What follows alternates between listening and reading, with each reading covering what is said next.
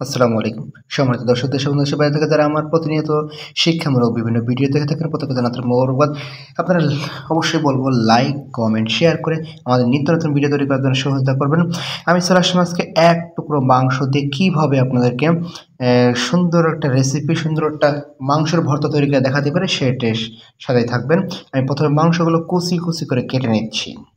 এই কুচি কুচি করে কেটে নিয়ে একেবারে পিষে ফেলছি। আপনারা চাইলে ব্লেন্ডারও করতে পারেন, আপনারা চাইলে পাটায় কেউ শিলপাটায় পিষে নিতে পারেন, অথবা যদি শিলপাটা না থাকে, ব্লেন্ডার না থাকে, সেক্ষেত্রে আমার মতো এভাবে নাইফ দিয়ে কেটে কেটে নিতে পারেন। নিয়ে একটা সুন্দর করে দলা মাখিয়ে বা একটা বড়ির মতো বড় করে মাখিয়ে এই যে আমি কড়ার উপর রাখলাম।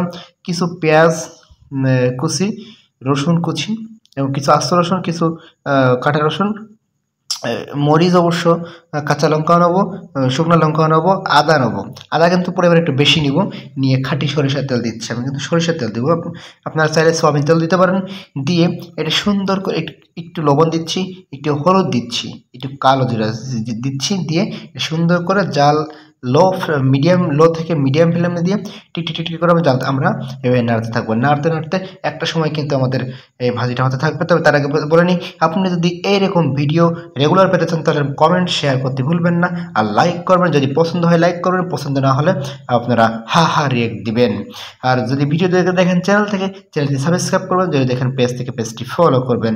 আমি এভাবে করে নাড়তে নাড়তে একটু পানি দিচ্ছি, পানি দিয়ে দেখেন এভাবে করে কিন্তু নাড়তে নাড়তে এক সময় কিন্তু পানি শুকায় যাবে, তেল থেকে যাবে। এভাবে আমি প্রায় 10 থেকে 15 মিনিট নাড়বো। যদি তা না হয় আরও 5 মিনিট নাড়তে থাকবো। নাড়তে নাড়তে একটা সময় কিন্তু দেখবেন বুদবুদ পানি শুকায় যাচ্ছে, শুধু তেল থাকবে এবং এটা কিন্তু পেঁয়াজ, রসুন বা প্রত্যেকটা মশলাই কিন্তু ভাজা হয়ে যাবে, মাংসের সাথে মিক্স হয়ে ভাজা হয়ে যাবে। এটা এবার দেখেন আমি সুন্দর করে বেছে এক সাইডে কড়াইয়ের বা প্যানের এক পাশে নিচ্ছি এবং তেল কিন্তু নিংড়িয়ে আসছে। এই তেল দিয়ে আমরা চাইলে অন্য কোনো কিছু ভাজতে পারবো। ভাজলে কিন্তু ওটা কিন্তু খাইতে খুবই সুস্বাদু হবে।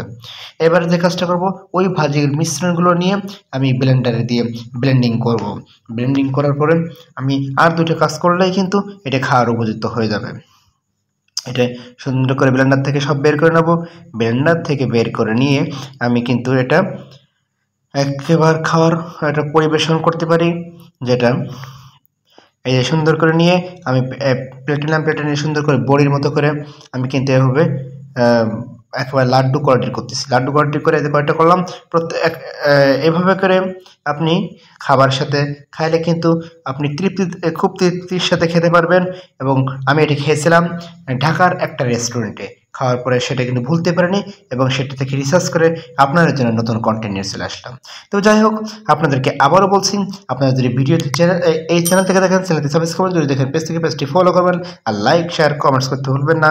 আপনাদের লাইক শেয়ার কমেন্টের উপর গুরুত্ব দিয়ে আমরা কিন্তু নতুন ভিডিও তৈরি, আপনি কে কোথায় দেখছেন জায়গাটি মেনশন। আপনাদেরকে অসংখ্য ধন্যবাদ।